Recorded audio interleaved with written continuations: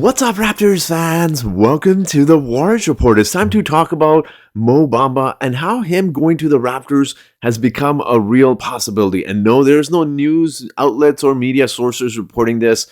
There's no rumors about Mo Bamba wanting to come to the Raptors or that the Raptors are interested in signing him. So why would the Raptors sign him? And how has he become a real possibility for the Raptors? Well, I will break that down for you in today's video. So if you're ready to watch this video, guys, make sure to hit the like button. If you want to hit the subscribe button as well for more Raptors content, that'd be very much appreciated. So with that being said, let's get into today's video. Now, there's no shout out for today's video because no one got my trivia question correct. So the answer to my trivia question, which was which of these players is averaging the most rebounds per game in this year's playoff, was actually Jonas Valanciunas. So let's talk about what happened yesterday. The NBA draft lottery happened and the Magic won the first overall pick. Now, I know you're probably thinking, what does this have to do with Mo Bamba? Well, because for those who may not have been following NBA mock drafts, when you take a look at some of the players that are expected to go at the top of the draft, majority of them are power forwards / centers, big men essentially. And the Magic, we know, have Wendell Carter Jr.,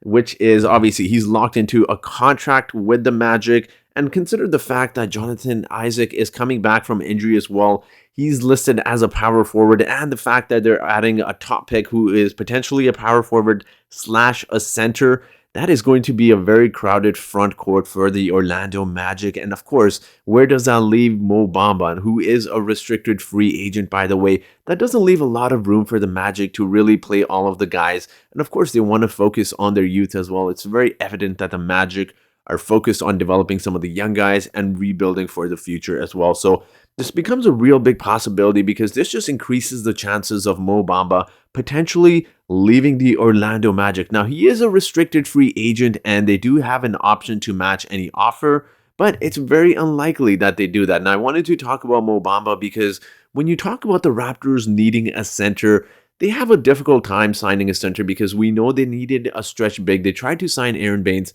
That was a very big failure. Obviously, that did not work out, but it's really hard to find a combination of big man around the NBA. When you talk about modern NBA and how it's shifting a lot to quicker and faster guys, faster centers, it's really hard to get a combination of centers that are able to rebound, that can play good defense, that can protect the rim, that can block shots, that can also produce some points as well as shoot as well. And Mo Bamba is all of that with a combination of youth, and he is perfect for the Raptors for several reasons. And I want to break down his statistics here because obviously the Orlando Magic just seemed like they weren't really giving him a lot of minutes.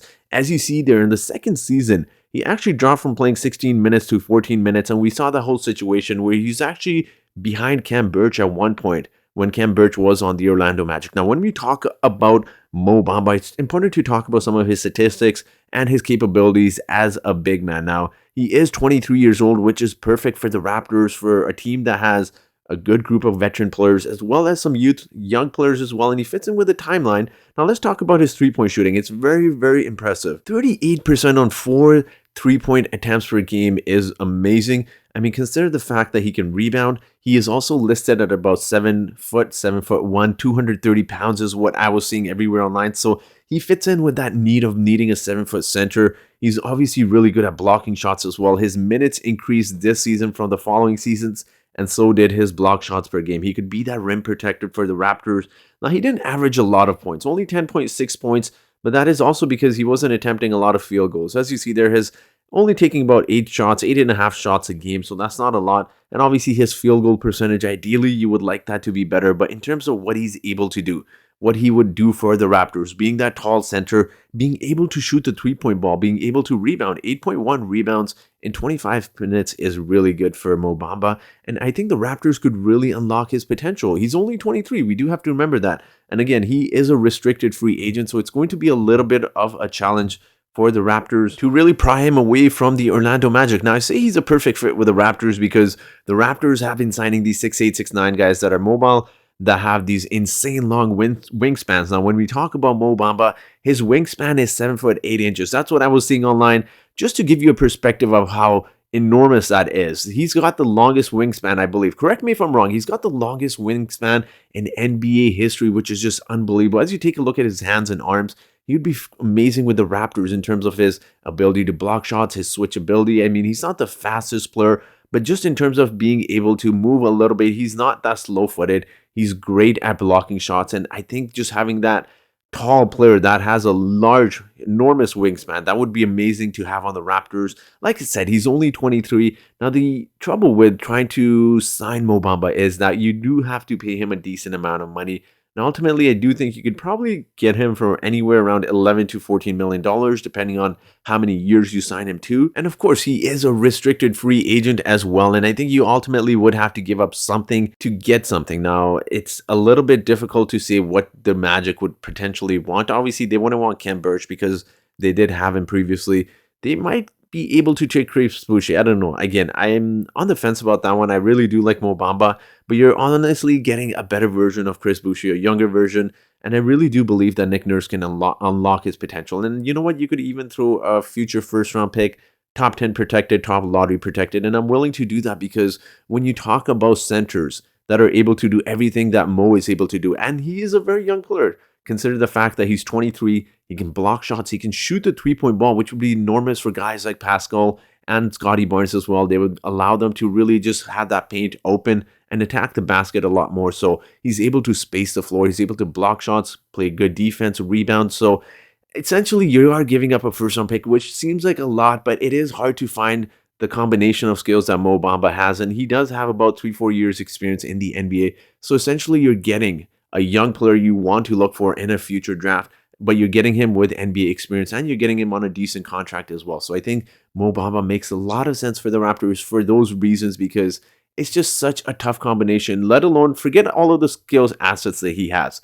Look around the NBA. When you talk about free agents, obviously there's Joel Embiid and Nikola Jokic, but aside from those two players, find centers that are able to defend, that are able to shoot threes, that are able to block shots, and just, the potential he has is enormous as well. So I think he would be amazing on the Raptors. I do think Masai would probably like to acquire him.